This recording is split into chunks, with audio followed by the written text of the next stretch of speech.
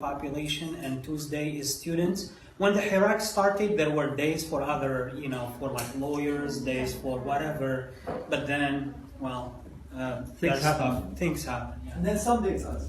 Yes, Sunday is us. No, Anyway, so seriously, Sundays is the day in all the countries. Like that is France, correct. Canada, and US, I mean, other countries. That is correct. That is correct. That is correct. So students, they are beating every Tuesday, and they are doing a great job. So this is like a great picture that was filmed the week Hirak number 15 when they stopped allowing people to go to La Grande Poste, and students say, oh, you know what, we don't care, we are going to another place. And this is what they tried, and guess what? They had managed to break all of this. Wow. And they went all the way to Sahat Shuhada, to the place of Remember, 40% engineering.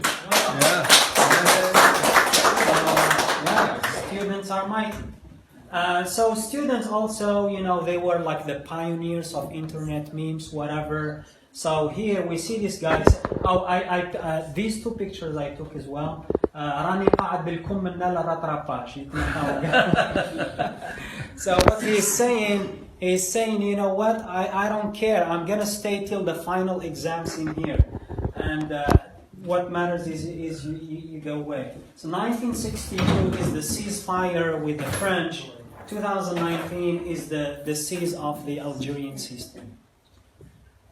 So I put these also to show an important topic. A lot of people say, okay, Algeria is in trouble, blah blah blah. Can we get foreign aid? Well, our students are saying clearly in plain English, we don't want a foreign interference. And this foreign thing, we can debate all over the time, about it. First Algerians were accusing France of, pulling the strings, and now it's been clear for a while that the UAE and Saudi Arabia are doing the work. And just to make sure, a lot of people give a lot of credit to the UAE and Saudi Arabia, saying, they are masterminding this, whatever. For me, it's bullshit.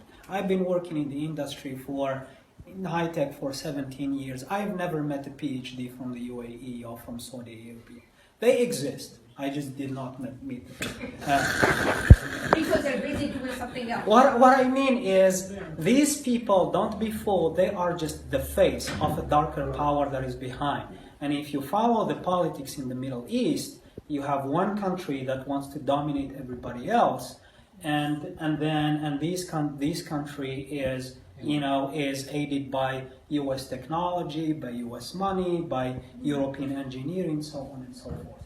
So they want to get rid of Iraq, they want to get rid of any country that wants a democracy. So they put into the face the UAE and Saudi Arabia because we think of them as our brothers and sisters. Other memes, Jumhuriya Mashi Mamlaka. You hear this, Mariam? Algeria is a republic, okay. Now this is another picture from students, again defying, now that we're debating this Berber flag against the Algerian flag, students are fearless. Put it this way, in every country in the world, you study any revolution, all revolutions started by students and young people. You know why? They are broke, they are fearless, they want to change the world. That's it. If you have RSUs and stock options, whatever, forget, you are not going to make a revolution. Okay. All right, now let's go back to activism and influence. Now let me go back to what I talked about, social media before. What is the penetration of social media? Now, social media is playing a great role in Algeria. And we are very lucky that the system itself, it spends so much time and energy to not invest in technologies, whatever, to let the people, in the back burner, that they lost the social media, fights. If you look at how trolls have managed to topple elections in the United States, because here institutions have a lot of money and technology to influence people, well, the reverse happened in Algeria. the government did not invest anything in technology, and therefore they found themselves against 22 million people who are in Facebook, and they didn't know how to fight them. That's number one. Number two, that's what I read on, in some news articles, is if we look at the revolutions that we made in, our generation, 1988 or 2001, those revolutions, they had two things that are missing. There are two things that are here that were missing from before. So back then, people will go into the streets on a Friday or whatever day in the week, and then nothing happens till the next week, and all the information they read is controlled by state media and state journalists. Now with social media, people go to protest on Friday and us on Sunday, but the protest, if we look at it at 100% on Friday, it doesn't die off. Like after Friday, like on Saturday, I think there was like a chart of the Hirak, right? Like on Saturday, people start sharing their pictures. Yeah. On Sunday, they do other stuff. On Monday, they start preparing for the student. So social media has actually kept the heat going. That's one thing. And it made people informed and, congregating groups, whatever. And a lot of it was organized by students behind the scenes and by activists and influencers. This is what we're going to talk and see now. Now, who are these activists? For those of you who follow me on Twitter, I posted a first list of activists yesterday to the Twittersphere, Algerian Twittersphere. I told them, what do you think about this? Well, big mistake. You don't tweet something controversial to Algerians because you will spend the whole day trying to answer everyone. So every single person that I put, they say, no, I don't agree with this. Actually, what happens is these influencers is dynamic. Some of them were seen as great, like Zito, I had him before. He was seen as great until a few weeks back they said, you know what, we don't like this guy. He's been in the system, he did not support the Berbers, he did not support Ben Hadid when he went to jail. Sometimes it's as simple as, this guy, he did not issue any statement when Kamal Din Fakhar died. He's a bad guy, kick him out. That's how it happens. Anyway, so I tried here to get something that is, kind of where people are very happy. And in this slide, I have a few more slides. In this slide, I captured what I call the revolutionaries and political activists, and I wanted to capture some diversity. There are dozens of influencers. I cannot fit them in this slide, so I just captured 10, looking at some diversity. Now we have, for those of you again who watched the Battle of Algiers, we have Jamila Bouhired and we have Zuhra Drif. They were two of the bombers. Okay, they are still alive and very alive. Every Friday they come and all that stuff. We have Dhrifa Ben Mhidi, who is the sister of Arabi Ben Mhidi. And we have some politicians. We have Mustafa Bouchachi, who was a very notorious lawyer. A lot of people, they accuse him of being the lawyer of Islamists, but he's a lawyer, that's his job. Zubida Assoul, she's a lawyer as well. Sofiane Jilali, he's the president of Riad, which is like a new type of a political party with like young people and all that stuff. Everybody knows Hafid Daraji, even non-Algerian. Small correction. Yes. There's maybe Raj is an organization, young political organization. So Benjamin is president of. Oh yeah, Jadid, that's right. Jadid, that is right. I need to fix it. Yeah. Hafid Daraji, non-Algerians, you know Hafid Daraji? Yeah. Okay. Go ahead.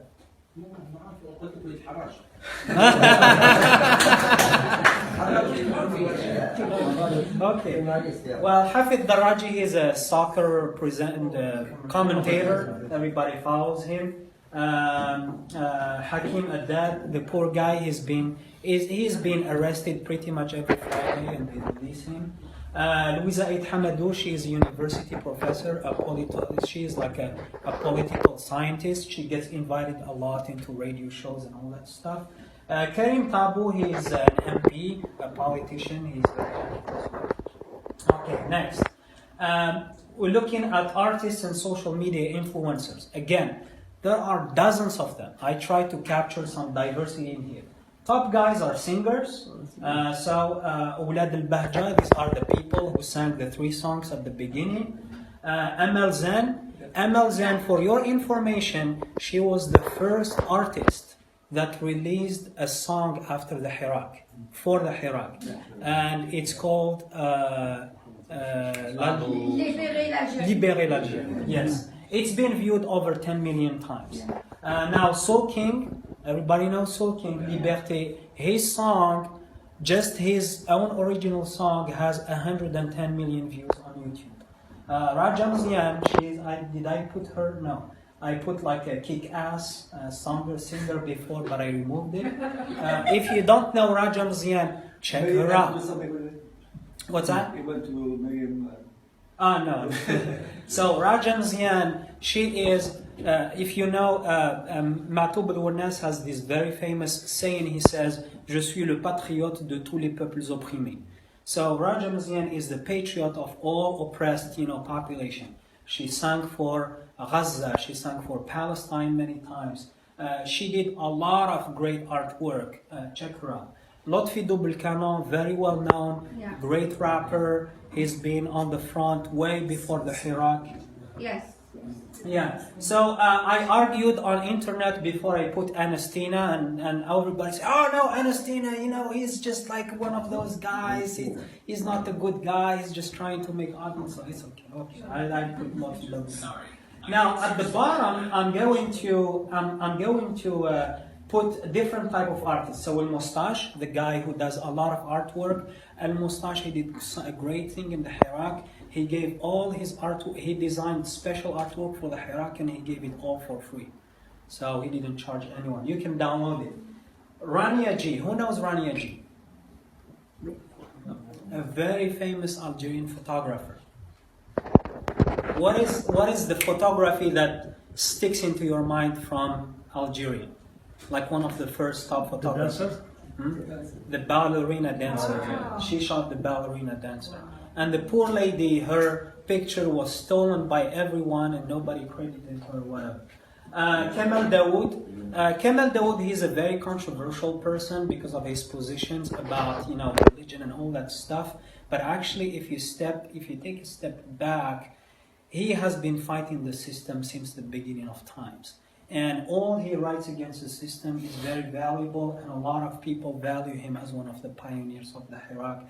And he's been writing articles. Actually, if you read the international media like Le Monde or The Guardian, whatever, they write pretty not so positive stories about Algeria. Kemal Daoud is the only guy we have the privilege to have him who writes for the New York Times and all that stuff, and he writes pretty good stories about Algeria. Shirin Boutella, I personally don't like her, but this slide is not about me liking people. Shirin Boutella is one of those YouTube and Instagram influencers. She has a channel that has she won this whatever gold stuff from YouTube when you reach like a certain million of whatever. She runs like a beauty show, like she tries lipsticks and all that stuff. But she's been doing a lot for the Hirak, and her latest stuff. So she was featured in the movie Ballerine de Papicha in Cannes. They went to Cannes, and when they went to the stairs of Cannes with all her friends, they all were wearing rings of Itn Hawga, and they were showing them to the world. And you have to have the guts to do it, right? Especially if you work in the media, where someone can cut the cord for you, and that's it. So the last one is Lazhari Liptar. Anyone knows Lazhari Liptar? Okay, you all know him. You know the 18 Commandments of the Hirak, the poem? He is the writer of the poem. He gave the 18 commandments on how the Hirak has to be peaceful, so on and so on and so on. So these are the influences that I picked. Now, journalists. So for the journalists of the Hirak, again, there are dozens of them. I picked 10 who are like younger, very active. They are all in Algeria. If you follow them on Twitter, every Friday they are there. Sometimes they take their equipment away, whatever, but they go back every week. And they are very popular in Algeria. So I follow all of them. Khaled Drarni has like about 100K followers in Algeria.